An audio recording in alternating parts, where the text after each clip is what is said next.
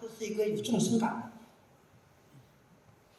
好，再看一个卫星地图啊，因为我们画画都要反复研究这个地图，基本找了10几个版本，研究它的经济地貌，是吧？我们再看这个图里面发现了什么呀？广州为中间，刚好两边有2个山，一个是罗浮山，一个是鼎湖山。那么我的长卷我就观察了以后，这2个山刚好都是接近1000米，那我就把这个开头罗浮山，结尾鼎湖山，而且他们俩的这个山很有意思，他们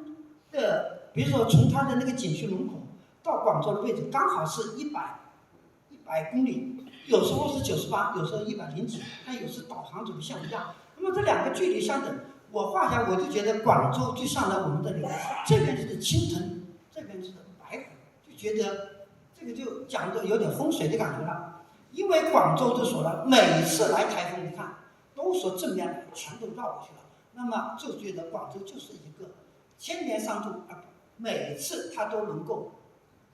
不败。你看没有？世界上的千年商都，原来有好多个文明的国家，到今天还产生了活力，唯独广州还是排在第1，在这个方面。所以经常有人问我，深圳跟广州怎么比？我说你不要这么比，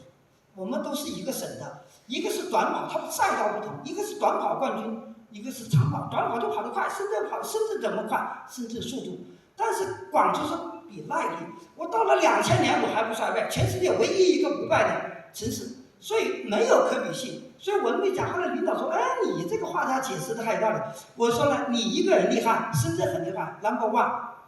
是吧？广州也厉害，那怎么呢？我们叫握指神拳，你再厉害，你一个指头厉害还是一个拳厉害？那么大湾区不是一样，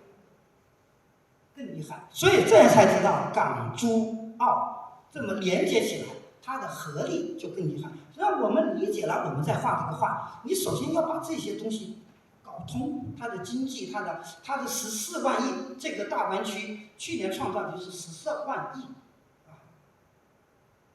好，首先要有个文本，文本是我们这个是政协，广东省政协布置的一个创作任务，它给你的纯粹是概念的名词，如何把这些文本的东西，它规定的东西，你再给它加进你的理解，它可能写了一个，我可能加进的更多的部分是我家的一些文化地标，它只是有一个重要的历史的建筑和某个事件，所以我们怎么结合？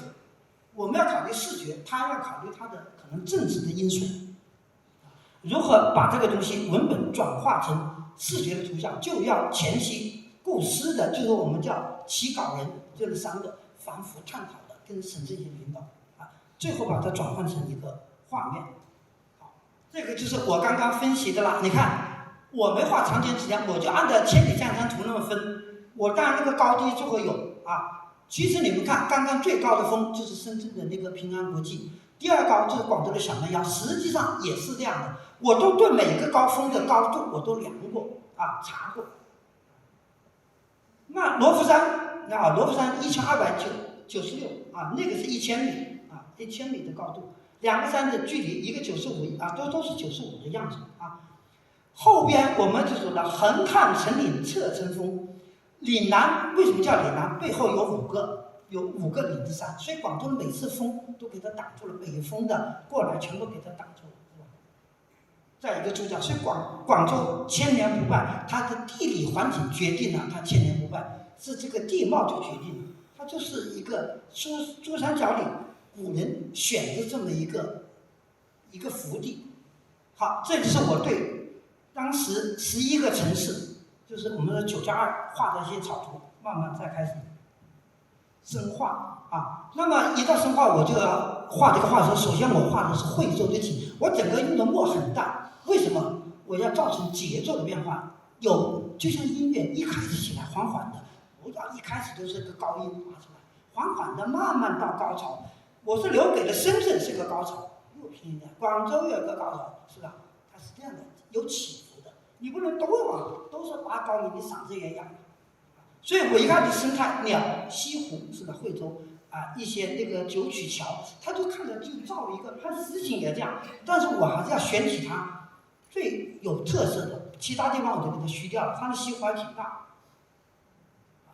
其实我当时把那个文本我写的这个字呢不是个诗，我纯粹是把我用文字要画的画面，我变成了一个句子，我就知道，因为他给的东西太多了，我不写它我的很多重要的表现就掉了。比如我这里边有爬州，你看我就写了引怪兵爬州教义，赏一国这个院馆的藏品。底下这里没有，旁边这个小栏底下就是新的广州美术馆和新的艺术院。登广州塔，俯览花城，行海心桥，这个底下有忆亚运开幕，旁边有个亚运，听歌剧院，这个底下有个歌剧院。我写了，我就会知道我要画这些东西。还有广州图书馆，